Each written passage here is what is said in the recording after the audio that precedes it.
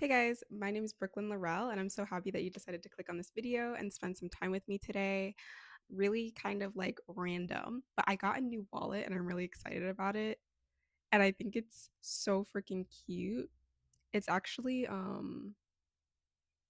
stingray, like made from genuine stingray skin. I'm still trying to figure out how I feel about that. Like I love animals, but I also think that this wallet is really cool and really cute, and I hope they're not endangered. So, anyway, um, I'm so happy that we're able to spend some time together today. I have had this concept in my notebook for a while. I didn't really know how to tackle it. I filmed this video a couple days ago and I didn't feel like I did it justice. I like being very thorough when I go over concepts, and that's really hard because I think it takes time for me to completely get all my thoughts together on certain topics, which is natural, but I like to just kind of dive in when like a concept comes to my brain because I'm like, this is fun and I want to talk about it now. So, the concept of this video started with the phrase or the sentence, no one deserves who I will become.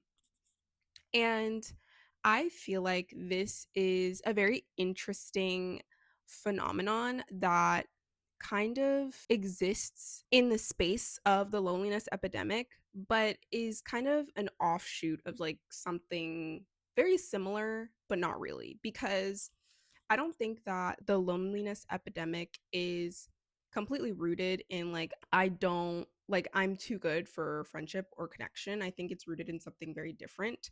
But I do think that the concept of self improvement can become something that is very isolating. And in that, it does become hard to build community or build a space with people like minded as you or that you feel like fit into the type of life that you want to have because people are not accessories. Like I just said, I got a new wallet and it's really cute and it fits into like the aesthetic of what I like, and it's as simple as that. But when it comes to people and relationships with people, I don't curate my connections with people based on myself. And when I say that, I'm saying like I don't think that that other person's entire background in life has to be perfectly aligned with mine for me to want to interact with you or be your friend. And so I came up with a lot of ways that we can go about talking about this concept. And so I'm going to go through each of them and explore a little bit. And then we're going to come back and kind of recenter. And I hope that this is a little bit enlightening to those who are interested in going on this journey with me. So, the first thing I want to talk about is the messiness of relationships. And this kind of goes into what I was just saying previously, where it's like people are not accessories. And it's very easy to have an idea of what your dream life is in your head. When you're interacting with other people and you have like an encounter or an interaction that kind of rubs you the wrong way or makes you feel a little weird or feels unorderly, feels like this interaction that I'm having with you reflects on our entire relationship and it has become essentially messy. I feel like it's easy to want to step away from that and easy to want to be like, this is a lot. Relationships are not meant to be clean and organized and perfect. They're meant to be imperfect and hard and something that you kind of navigate to the best of your ability. How can I be a good friend? How can I be a good daughter? How can I be a good son? How can I be uplifting in someone's life, supportive, kind? And that's you on your end. You can make all of those decisions to be the best type of person in a relationship as you can, depending on what the relationship is. But regardless of the decisions that you make, there is a whole nother half that is existing that impacts you and your life. And wanting that aspect to be clean, wanting it to be perfect and orderly, and like, oh, I never step on your toes, you never step on mine, wanting to avoid hurt, pain, wanting to avoid betrayal and feeling alone. All of those things that you want to avoid are natural parts of interacting with other people. And it's natural to want to avoid the messiness of relationships. But I think just like there is messiness to our own lives that we so desperately want to avoid, accepting the messiness that comes with having a relationship with another person is just as important as accepting your own messiness.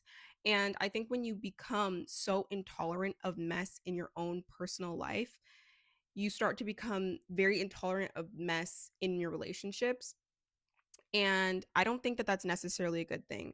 I think it's very important to protect your peace. I think it's very important to have strong boundaries that are reasonable. And I think all of those things are very important. But I also think part of us interacting with one another is to be able to accept that it's not always going to be neat and perfect. And the resilience that comes with getting up again and again and still showing up for a person also doing the same thing and still showing up for you, even if either of you have unintentionally hurt one another, is so important, because I think that our intolerance of mistakes doesn't only impact other people, it also impacts ourselves. And so this kind of brings me into my next section that I want to talk about, which is the art of connection.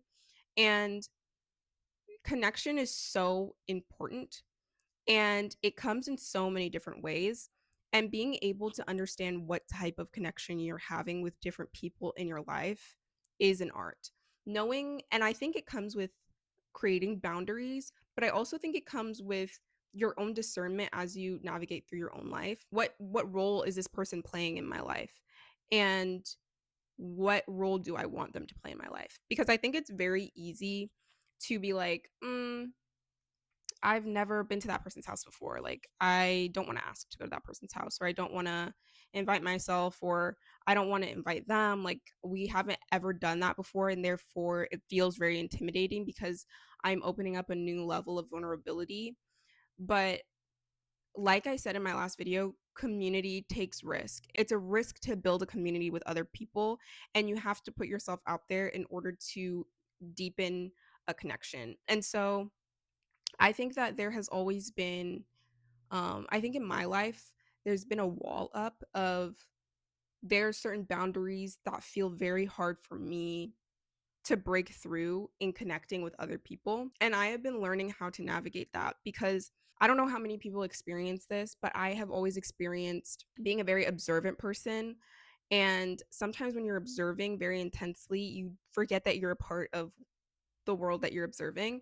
And so I think that it's so important to be able to kind of break out of that and be like, hey, I'm participating. These people are touchable. Like, the people around me, I can actually like connect with and build relationships with. That's not like off limits just because my brain is not in that mode right now. And so I think it's important for us to practice connecting with others, and not all connections have to lead to something. I think we're very like driven by reward or instant gratification, but not all connections have to be instant. Not all connections have to be deep. I feel like it's very like it's okay to like just go out to lunch with someone and then like have a good time, but like it never kind of manifests into anything else. Like, that's completely okay. And I think we need to put more effort in experiencing and reaching outwards instead of letting everything occur inwards and then being like, oh, that was a good book cover.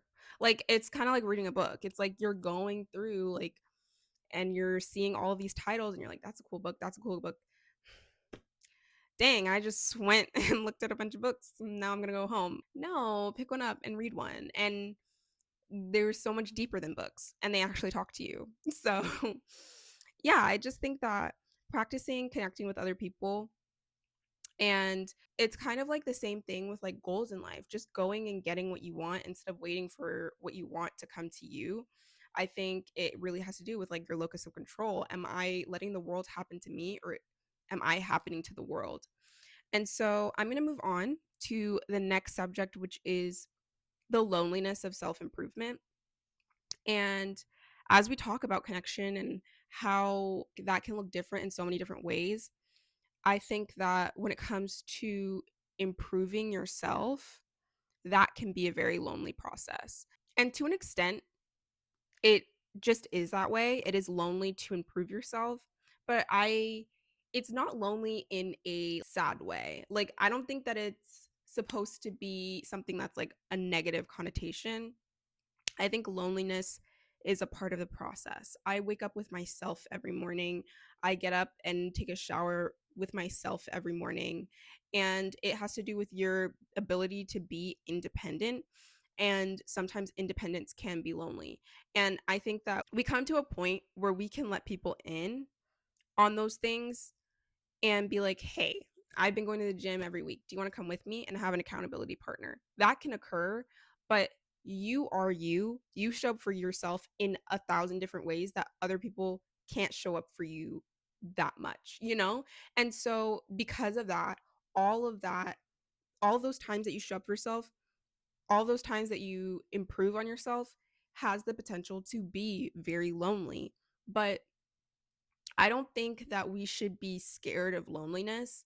I think that we should embrace each part of our lives, each season of our lives that we're in, each moment that we're in. If I am alone right now, let me embrace being alone.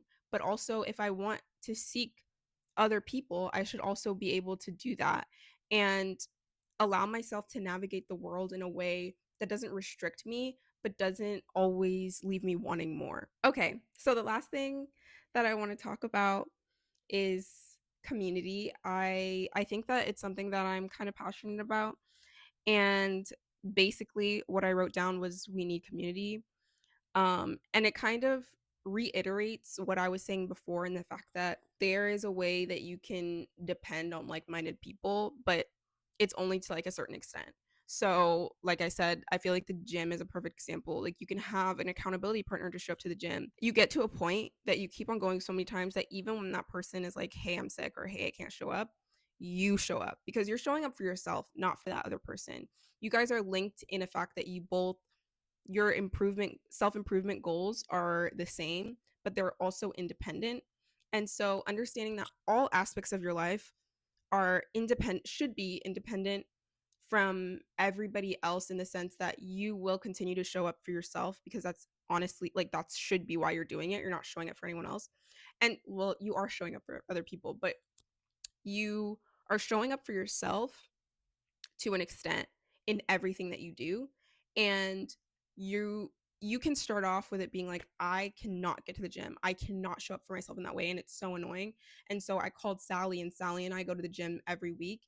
And so that built trust with myself, it built routine, it built habit. And so now even if Sally's sick and Sally can't go, I go to the gym because I'm going to the gym for myself. And I think that is something that's huge about community. It's like it's not really about it's not only about me. It's me showing up to the gym with Sally did not only help me, it also helped Sally. We're building ourselves up so that we can stand alone, not because we need or want to stand alone, but we need to have the ability to stand alone if that time comes. I think we should never get to a place where we think that we're too good for other people.